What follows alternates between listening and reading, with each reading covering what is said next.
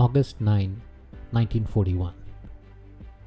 Amidst utmost secrecy, to avoid the threat of being targeted by German U-boats during World War II, two heads of government met aboard naval ships in Placentia Bay off the south coast of Newfoundland to confer on a range of issues related to World War II.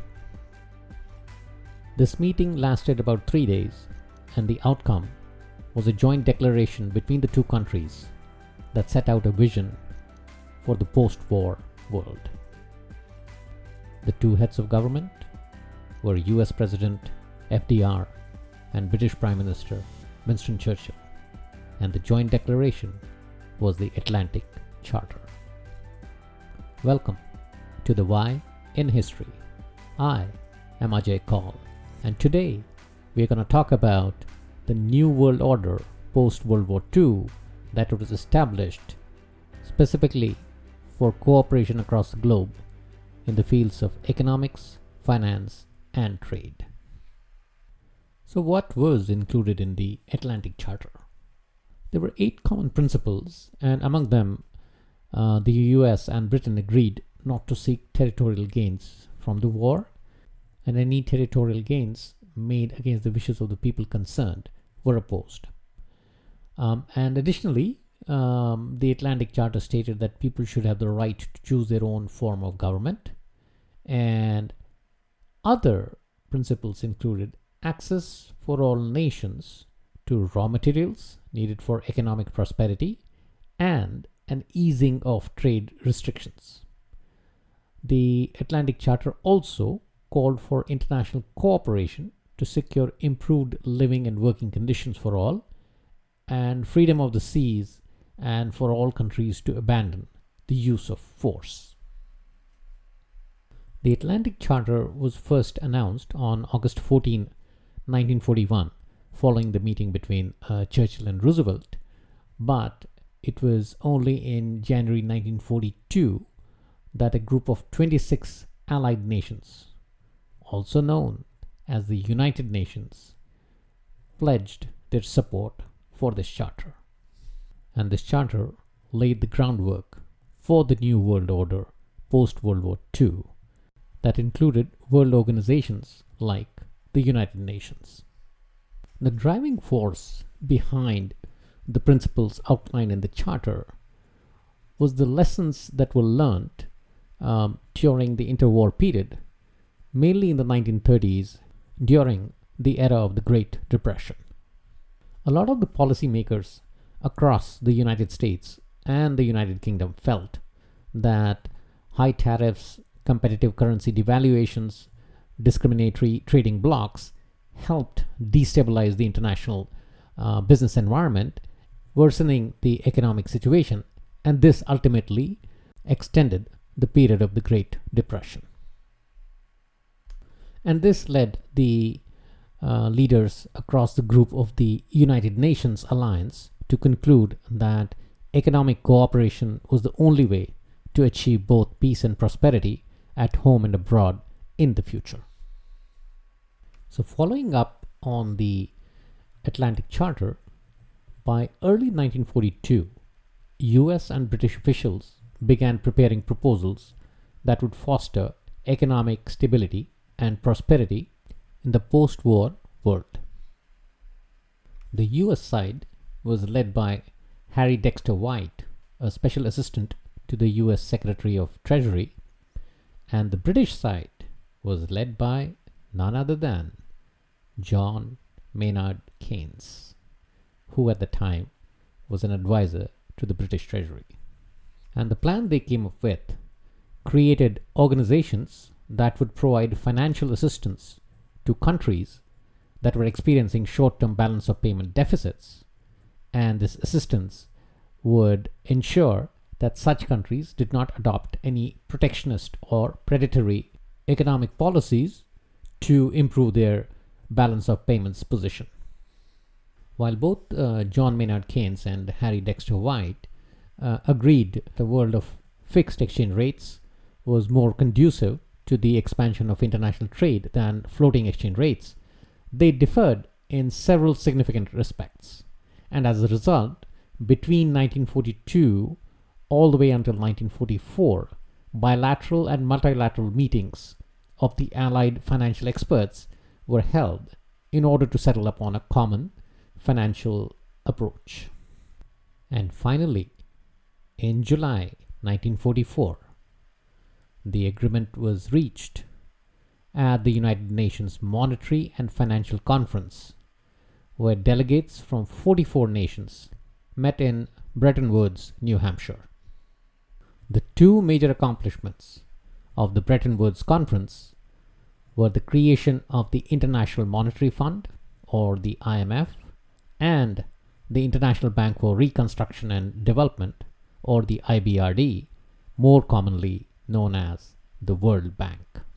The IMF was charged with overseeing a system of fixed exchange rates centered on the US dollar and gold, and it was supposed to serve as a forum for consultation and cooperation and a provider of short-term financial assistance to countries experiencing temporary deficits in their balance of payments. Or in short, IMF was the lender of last resort. The IBRD, or the World Bank, was responsible for providing financial assistance for the reconstruction of war-ravaged nations and the economic development of less developed countries. So essentially, it was a source of loans for any development or infrastructure-related projects across the war-ravaged countries in Europe and Asia, or the newly independent and developing countries. In July of 1945, Congress passed the Bretton Woods Agreements Act, authorizing US entry into the IMF and World Bank, and the two organizations officially came into existence 5 months later. The fixed exchange rate system established at Bretton Woods endured for almost 3 decades and came to an end following the exchange crisis of August 1971, when President Richard Nixon suspended the dollar's convertibility into gold, and in February-March of 1973, floating exchange rates became the norm for the major industrialized democracies. Dollar's convertibility into gold, or the gold standard, which was a system under which nearly all countries fixed the value of their currency in terms of a specified amount of gold, or linked their currency to that of a country which did so. Domestic currencies were freely convertible into gold at the fixed price, and there was no restriction on the import or export of gold. Since each currency was fixed in terms of gold, exchange rates between participating currencies were also fixed. The classic gold standard was really an agreement between society and its monetary institutions that the currency they spent and earned was a stand-in for gold. So instead of citizens carrying gold in their pockets to exchange goods for trade, the government was maintaining the gold and giving the citizens currency in return. So technically, there was a proportion of the money in circulation that had to be in gold reserves. And the intent was that any citizen at any given point in time could exchange their dollars for gold. It was in 1861 that the first US paper currency was printed, and the Gold Standard Act of 1900 established gold as the only metal for redeeming paper currency. It guaranteed that the government would redeem any amount of paper money for its value in gold, and it meant that transactions no longer had to be done with heavy gold bullion or coins, because paper currency was the guaranteed value tied to something real. Now, as I had mentioned, the amount of paper currency in circulation had to be proportional to the gold reserves, just to ensure that in case citizens wanted to exchange their money for gold, the government had the gold reserves to do that exchange. So in 1913, Congress created the Federal Reserve to stabilize gold and currency values in the US. But when World War I broke out, the United States and European countries suspended the gold standard. Why? So that they could print more money to pay for the military involvement. So the gold standard suddenly took a backseat because it was restricting the amount of money in circulation, and they said, I'm going to print a ton of money because I have to fund my military. And after the war ended, countries realized that they didn't need to go back to the gold standard because it may harm the world economy more. So they started leaving the gold standard en masse by the 1930s. But after the stock market crash of 1929, the Great Depression set in, and investors started trading in currencies and commodities. And as the price of gold rose, people got more interested in gold than the dollar. So they wanted to exchange their dollars for the gold.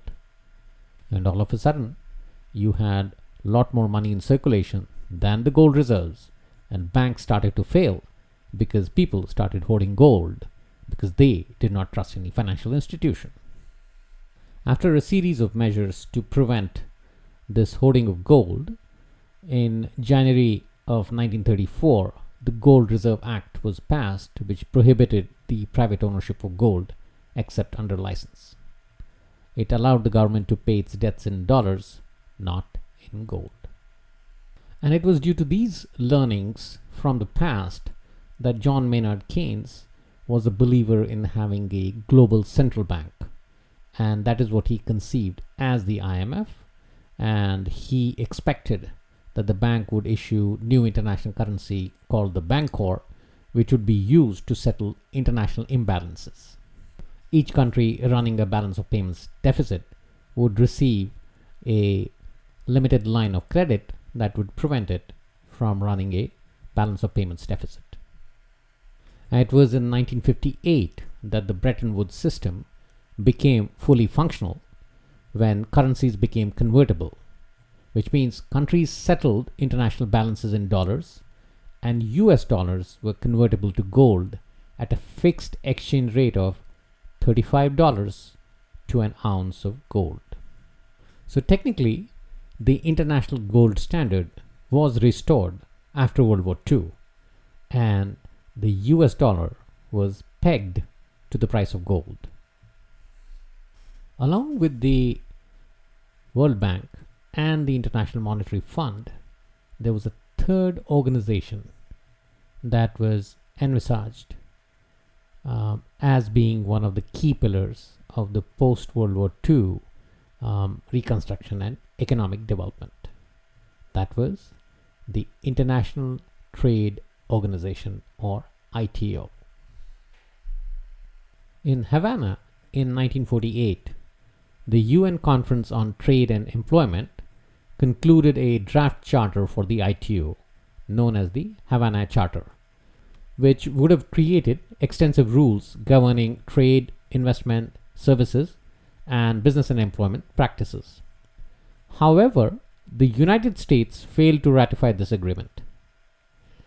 But meanwhile, an agreement to phase out the use of import quotas and reduce tariffs on merchandise trade was negotiated by 23 countries in Geneva in 1947 and came into force as the General Agreement on Tariffs and Trade, or GATT, on January 1, 1948.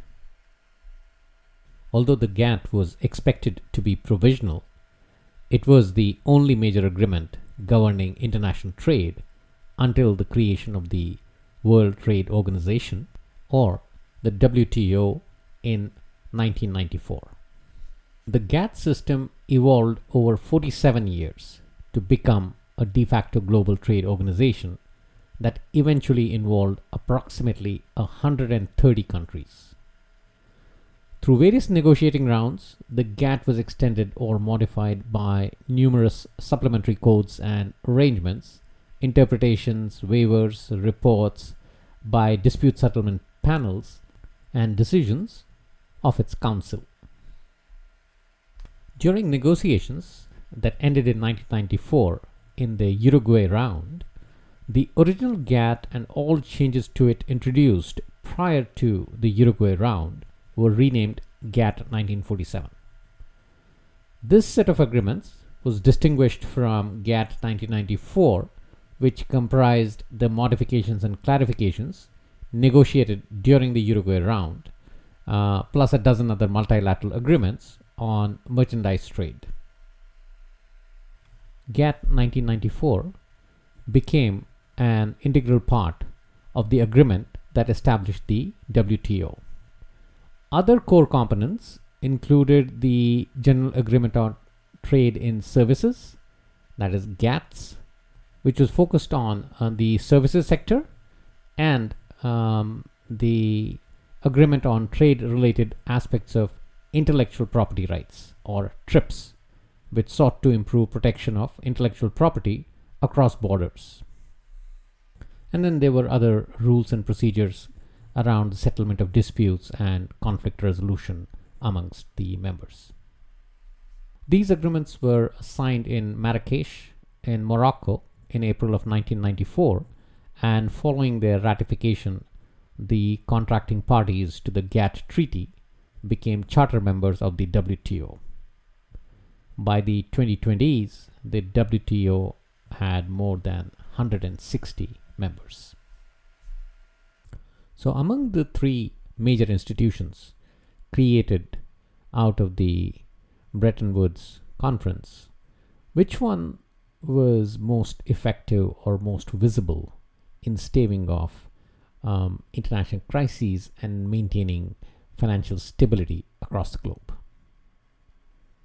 Looking across the three, when it comes to managing and preventing major financial crises from getting out of hand, the IMF stands above the rest.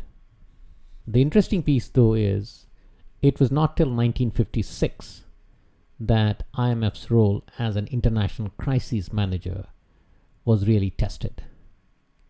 And what happened in 1956? The Suez Canal crisis. The details of the crisis are covered in episode 6, but essentially, after the Suez Canal was nationalized in July of 1956 by Egyptian President Nasser, Egypt, France, Israel, and the United Kingdom went into a temporary war to regain control of the canal. And this led to air attacks, an invasion in the Sinai Peninsula, and ultimately a ceasefire around December of that year.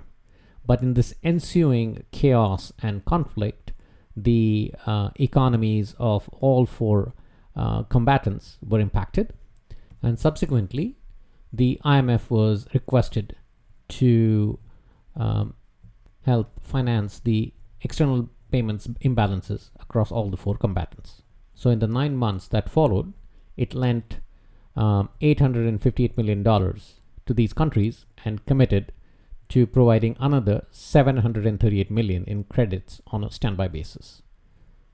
For Egypt, France, and Israel, this was conventional balance of payment support.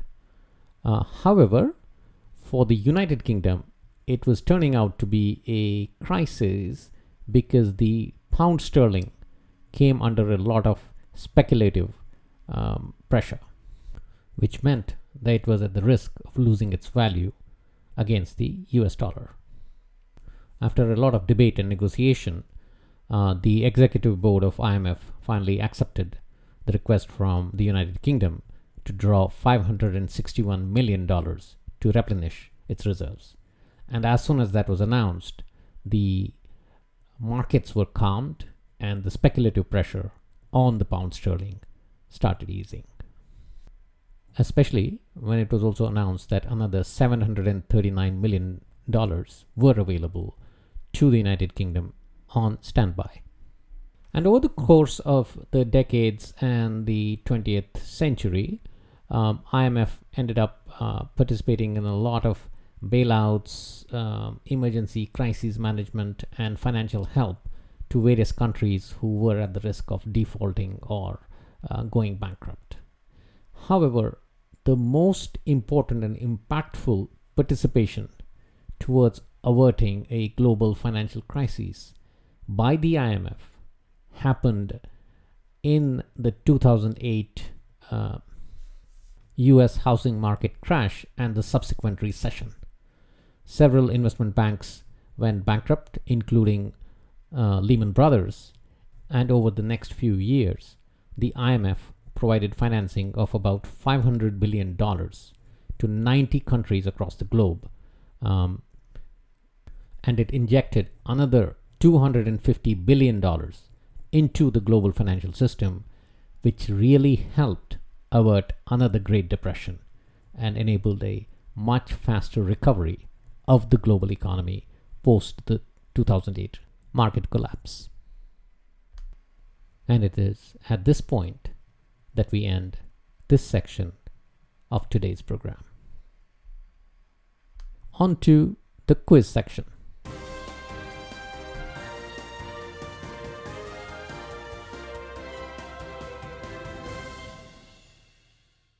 Question from the last episode. NATO's Article 5 states that an armed attack against one or more of them in Europe or North America shall be considered an attack against them all and calls for necessary action, including the use of armed force, to restore and maintain the security of the North Atlantic area.